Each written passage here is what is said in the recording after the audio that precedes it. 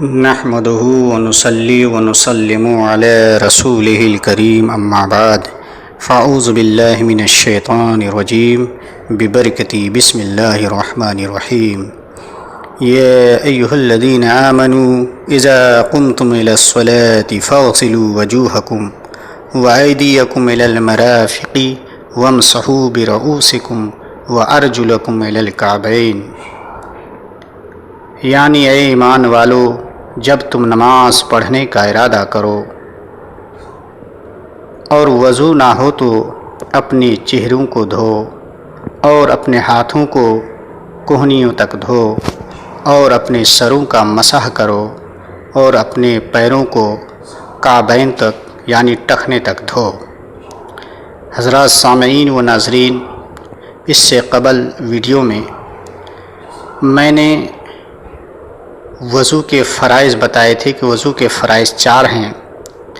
ان میں سے سب سے پہلا فرض چہرے کا دھلنا ہے۔ چہرہ کہاں سے کہاں تک دھلا جائے گا، اس کا مکمل بیان اور تفصیل میں نے اس سے قبل کر چکا ہے۔ اور دوسرا فرض وضو کا ہاتھ دھونا کہنیے تک تھا، اور اس کا بھی میں نے اس سے قبل ویڈیو میں بتا چکا ہے کہ یہ مرفق یعنی کہنی اس میں شامل ہے، داخل ہے، اور کہاں سے کہاں تک اور کیسے دھویا جائے گا۔ چلیے آج تیسرا فرض یعنی سر کا مسح کرنا، کہ سر کا مسح کرنا یہ فرض ہے، لیکن مسلک کا اس میں اختلاف ہے کہ کہاں سے کہاں تک سر کا مسح کیا جائے گا اور کیسے کیا جائے گا۔ تو چلیے آغاز کرتے ہیں۔ سر کا مسح کرنا، چوتھائی سر کا مسح فرض ہے۔ یہ مسلک حنفی کے مطابق ہے کہ چوتھائی سر یعنی سر کا 4 بھاگ کیجیے، ان میں سے ایک بھاگ جس کو چوتھائی بولا جاتا ہے، چوتھائی سر کا مسح کرنا فرض ہے۔ مسح کرنے کے لیے ہاتھ تر ہونا چاہیے، ہاتھ تر ہونا چاہیے یعنی ہاتھ کا بھیگا ہوا ہونا چاہیے۔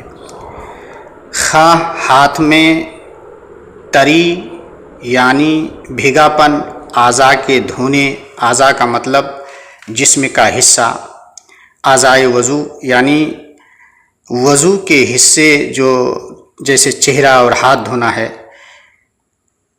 تو اعضاء کے دھونے کے بعد جو تری رہ گئی ہے وہی تری، وہی بھیگاپن ہو یا نئے پانی سے ہاتھ تر کر لیا ہو یعنی بھگا لیا ہو۔ مطلب کہنے کا یہ ہوا کہ مسح کرنے کے لیے ہاتھ تر ہونا چاہیے، خواہ ہاتھ میں تری اعضاء کے دھونے کے بعد رہ گئی ہو یا نئے پانی سے ہاتھ تر کر لیا ہو۔ کسی عضو کے مسح کے بعد جو ہاتھ میں تری باقی رہ جائے گی یعنی بھیگا پن رہ جائے گا، وہ دوسرے عضو کے مسح کے لیے کافی نہ ہوگی۔ یعنی کوئی انسان مسح کر لیا اور اس کا ہاتھ چونکہ بھیگا ہوا تو ہے ہی ہے، اب چاہے کہ ہم اسی سے کوئی دوسرا حصے کا مسح کرے تو ایسا نہیں ہو سکتا ہے۔ مسئلہ ہے کہ سر پر اگر بال نہ ہو تو سر پر بال نہ ہو تو ایسے وقت میں مسح کہاں کرے۔ سر پر بال نہ ہو تو جلد کی چوتھائی یعنی سر پہ جو کھال ہے اس کی چوتھائی پر مسح کرے، اور جو بال ہوں تو خاص سر کے بالوں کی چوتھائی کا مسح فرض ہے، اور سر کا مسح اسی کو کہتے ہیں۔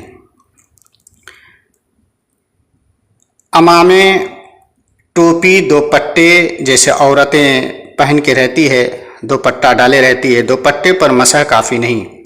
اگر کوئی عمامے پر مسح کرے، ٹوپی پر مسح کرے، دوپٹے پر عورتیں مسح کرنا چاہے تو کافی نہیں ہوگا۔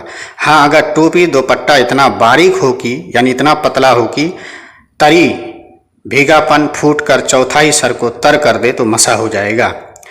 سر سے جو بال لٹک رہے ہوں، چاہے وہ مرد کے ہوں یا عورت کے، ان پر مسح کرنے سے مسح نہ ہوگا۔ یہ چوتھا فرض مسح کرنے کا مکمل تفصیل ہے۔ اللہ رب العزت ہم لوگ کو صحیح طریقے سے وضو کرنے کی توفیق عطا فرمائے۔ تب تک کے لیے خدا حافظ، فی امان اللہ۔ السلام علیکم ورحمۃ اللہ وبرکاتہ۔